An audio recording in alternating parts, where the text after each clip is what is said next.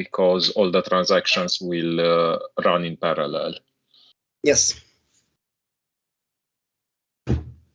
Okay, and then you join all the threads. Yes. I'm sorry for the barking behind me. It's my little dog. It's okay. And you have the verify function that's called in the end. Yes, I take the record of each record of sales. I calculate how much money should there be, and I calculate the expected sum based on each how much each transaction should return.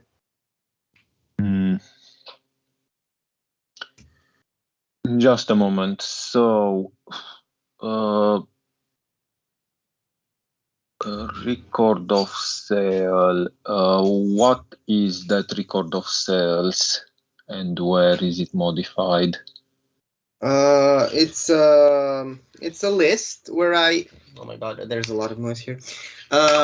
It's a list, and every sale that happens is added to the record of sales. And where in the transaction? Yes, in transaction. Somewhere in transaction, yes. Because that was the requirement that it's added inside the transaction when the inventory is updated. Yes. So can we see the transaction? Yes. Well, it's the add, which takes me to inventory.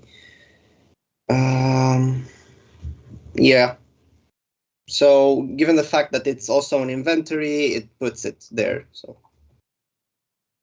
the transaction is also an inventory. So when this is called, we get this product dot put, or replace or something. Just a moment. Let's go back to the transaction. Yes, I'm here. So you have the run, and it iterates all the product types that are here. Yes. And then it does inventory remove.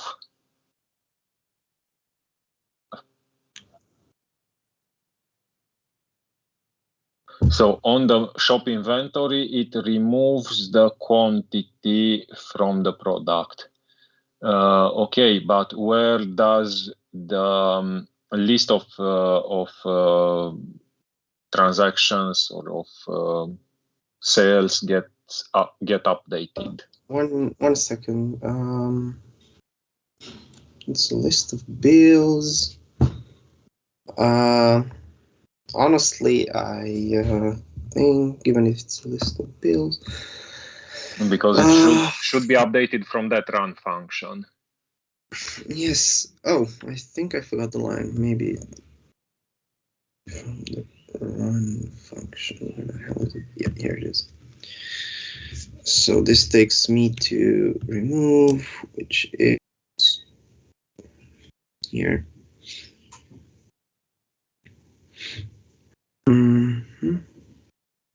Okay, so this looks nice. Checks that the product exists, checks if the quantity to be removed is less than the available one. I guess okay, so if it's strictly greater, then it throws an exception. And I think that's why I yeah.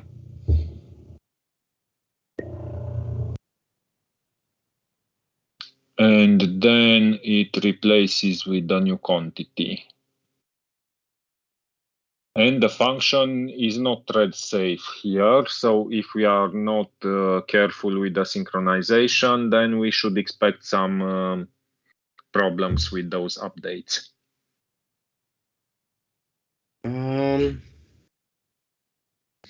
Well, doesn't my mutex lock and mutex unlock cover that? As written here, it shouldn't, because the mutex is local to the transaction.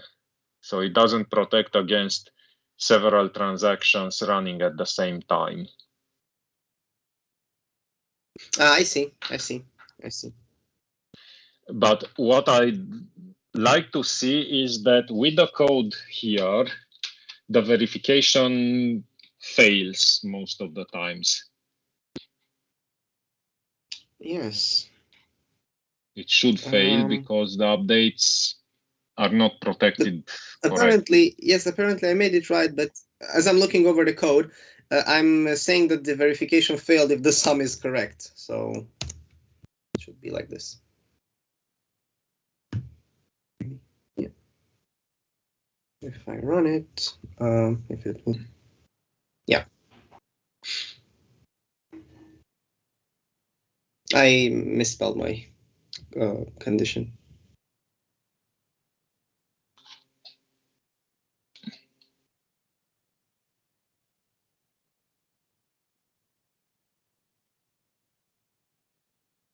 Okay. And by putting the mutex as it should be, then we should see that. Yes, but then I would have to move my mutex to inventory somewhere over here and declare it here, right? Yes. Yeah, okay. I'll do that. Maybe let other colleagues present and I'll check that, or? Okay, so is anyone else who wants to ask something or to show something? I've got a second lab, the one with the producer consumer. Okay, let's see it.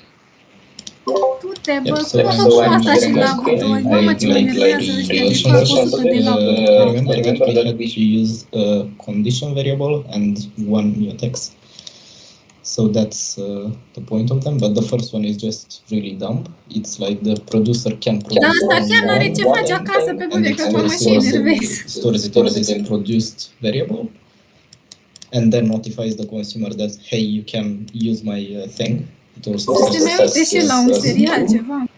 To mark that, okay, the value has been produced and it can be consumed, and then the consumer waits to be notified, and it's guarded by that boolean. Then it consumes the value that was produced, and then it notifies the producer that, hey, you can produce another value. So that's the first one. Then the second one uses an array instead of a single variable. And the thing that becomes the race condition resource, the resource that was in danger of being corrupted by synchronous writes, was the size basically of the array. So whenever the producer produces something, it pushes it at the back of the array, and it only needs a lock when it pushes it because it updates the size as well. And the consumer reads as long as it hasn't reached that size. So if the current size that I'm trying to process is larger than the processed size, as we can see here, then I have to wait for the producer to produce something more. Otherwise, I can just do my thing and continue processing until I've reached the end, or until I've reached the end of what was produced. So this one should be and is a little bit faster, and then the third one, it's something a little bit different. I've noticed that since this size was the only thing that was making me use mutexes, I could just use an atomic variable for the size, and that's what I've done here.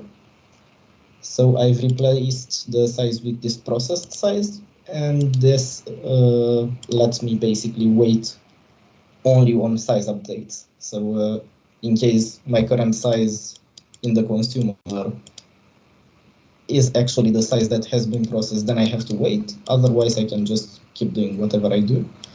And in the producer, I just push at the end and increase the processed size, and keep notifying the consumer that, hey, I've updated the size, you can check it again in case it's blocked.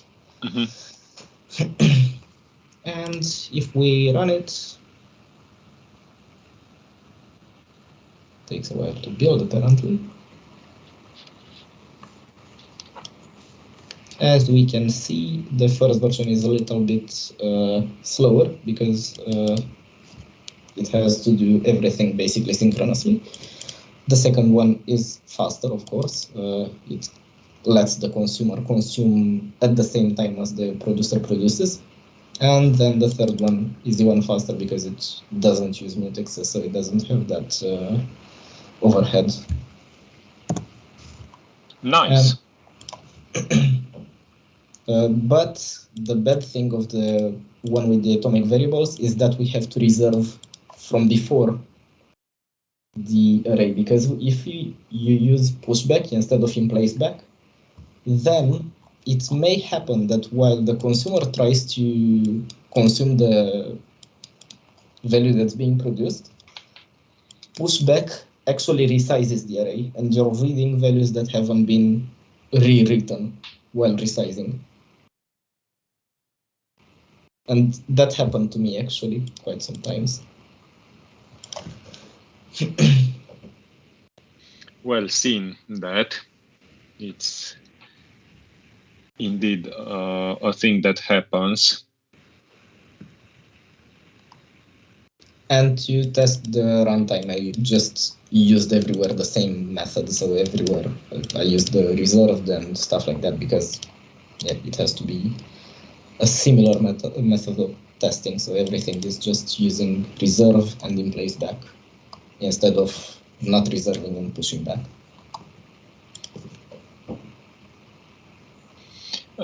Could we see also the release version? Is it faster? Let's see. The 86 or 64? Don't know. Let's go on 64. Let's see. Wait, I shouldn't run the debug version probably, right?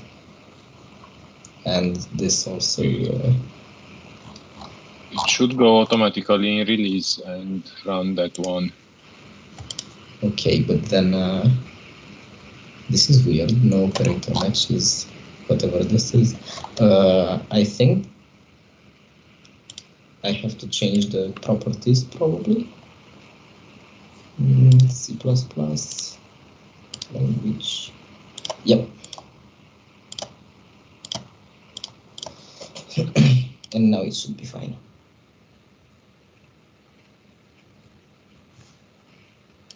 Okay, and this is the release one. Yeah, as you can see, this one was faster now, but this one is clearly a lot slower. Slower than the others, but all of them are faster by almost 10 times, if I remember correctly, compared with what was before. Is that correct? It's a good question. Let me see again. So the debug version was, again. Hate that every time I have to change the language.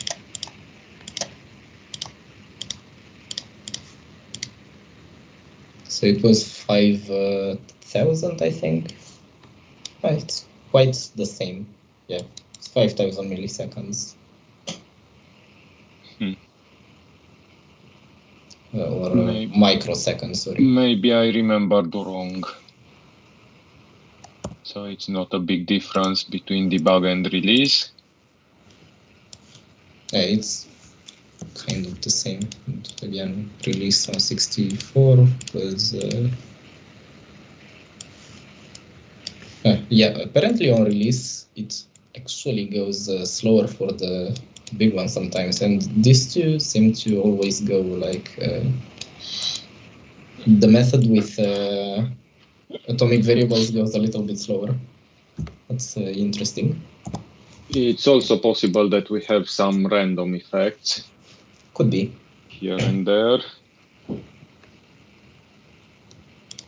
But yeah, this time the release one was really slow for the first one, but these two kind of similar.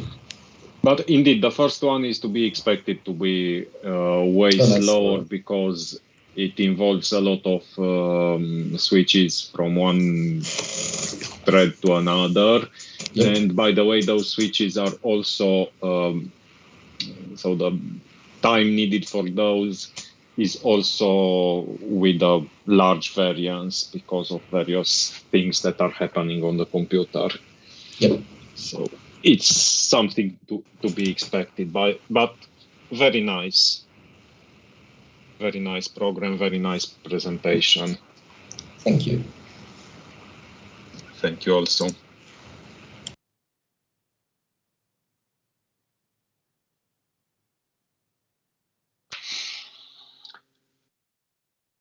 Good. Let me also call the attendance. So, Badiu, Bogdan, Alexandru.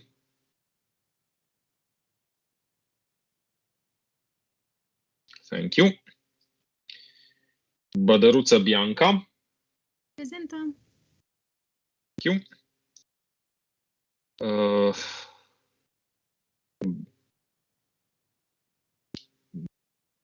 Bălășazi Alex. Are proful ăsta I lista de know început it's cu present. tine. Yeah, I'm here. What the fuck? Balint Flaviu.